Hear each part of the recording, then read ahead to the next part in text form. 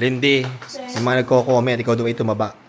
So, eto na nga mga Hobby Bees. Today, papunta kami ng birthday party mamaya ni Hobby David. And tinanong ko sila kung anong gusto nilang dalhin ko. At ang request nila sa akin ay nagustuhan daw nila yung aking buko ron at saka yung aking mini chocolate cake. Kaya punta tayo ng palengke para bumili ng buko at saka isasabihin na rin namin yung pamamalengke namin ng mga gulay na kailangan dito sa bahay. Okay, let's go na. Ready na ang ating mga sombrero girls. Asa na? Meron, nakita ko yung hawak mo. Let's go na. Nandito na ang ating pamangkin na si JP. Common ng tao sa bahay, JP. Let's go na. Nandito na tayo sa palengke ng Carmona. Sobrang init na naman. Bili tayo ng chicken feet kasi special request ni Lindy. Favorite na chicken feet. Opo. Matagal na pong hindi kayo nakaluto niya, sir. Sobrang tagal na. So, bibili rin tayo ngayon ng kamote kasi mas okay ang kamote para kay Tia Julie. Tsaka sa atin, kay Lindy. Opo, sir. Masarap yan. Pero minsan iniisip ko, kasi yung ganito kulay yellow yung loob. Tapos yung ganito,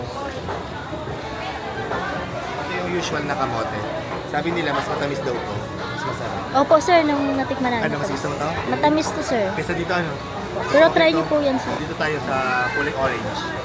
Tapos na tayong mamalengke. At may pahabol na request sa akin. Sagi. Pakita rin yung sagi. Request ng mga sombrero girls. Sombrero girls. So nakauwi na kami sa bahay namin and pagdating namin dito, kumain muna sila. Ako mamaya ako kakain. Tapos gumawa na rin ako ng chocolate cake para sa atin na namin birthday party mamaya. So ready na yung ating chocolate cake mixture. Si Ate Rose nag-ready na rin ng ating ganache. At ipapasok na natin ito sa ating mahiwagang oven. Gawin na natin to. Lindy, yung mga nagko-comment, ikaw daw ay tumaba. Sir, dami akong nabasa, sir. Pero mabuti na ito, baba, may kinakain ka, Charis. Hindi. Kasing luto niyo, sir. Ay! Di ba? So, kasalanan ko, Lindy. Ay, di naman. Hindi, bawas-bawas ka ng konting rice. Pero okay naman, bagay naman sa'yo. Bawas lang ng... Tama lang ganyan, huwag mo nang papalakayin pa. Di ba, Ate Rose, no? Humahabol siya sa akin, sir. Hinahabol ka ba? Yan. Okay lang naman yan. Masarap kumain, pero bawas-bawas ka ng konting rice, girl. Si Tia Julie, kung si Tia Julie, bawal sa mga matataba, matatami, sobrang alat. Ikaw naman, bawas ng konting rice. Si Ate Rose, bawas ng konting rice din. Magja-jogging na po ako, sir. Yeah, mag-jogging kayo sa gapon. Isama niyo si Lucy at Bella. Ay, nako. Mataba na din. 'Di ba?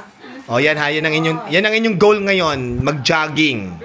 At habang binibake natin ang ating chocolate cake, mag-start natin tayong gumawa ng buko ron. Buko pie plus turon, buko ron. Ayan. Nakagawa na ako ng recipe ng buko ron. Pero this time, mayroon akong gagawin iba para mas maging malinamnam yung buko natin. Gagamit tayo ng buko juice.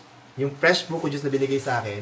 So, dito na yung mixture ko. Dito na yung ating buko, all-purpose cream, kondensada, at saka evaporada.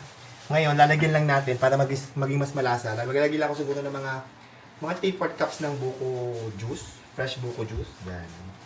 Para mas maging malasa. At habang hinahalo ni Ate Rose, tayo naman magdi-dissolve na tayo ng 1.5 cups ng cornstarch sa ating fresh buko juice. Yan, mga 3/4 nito.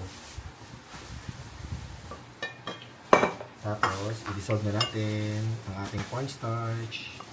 Kumukulo na yung ating mixture. Lagyan natin ang ating cornstarch na dinissolve sa buko juice.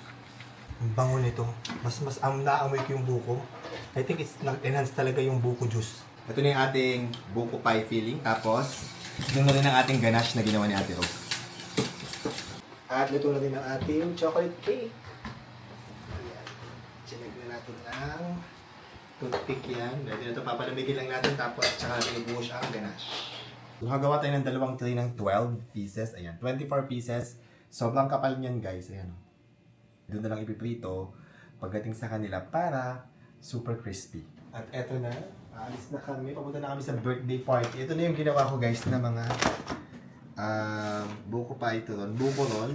At saka yung aming cake. Ang chocolate cake na ibibigay natin sa birthday celebrant na si Ate Flor. Ayan. Salis na kayo maya-maya.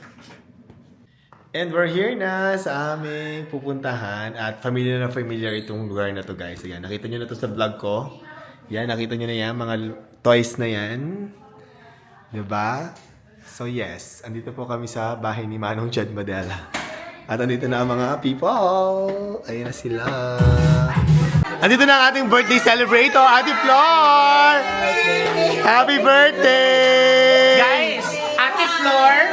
Ate Flor is the manager of Manong Jed Madela. Yeah. Yes. And it's her 50th birthday. Yay! And hindi kumpleto ang birthday kung walang lechon. Kaya thank you, Tito El, sa ating... Thank you, Tito Elves! May kutsilyo tayo! Thank you, Tito Elves! Ikaw muna, Tito, birthday mo eh. Birthday. Uy, Ay! yung lutong. Malutong pa rin. Happy birthday to you! Happy birthday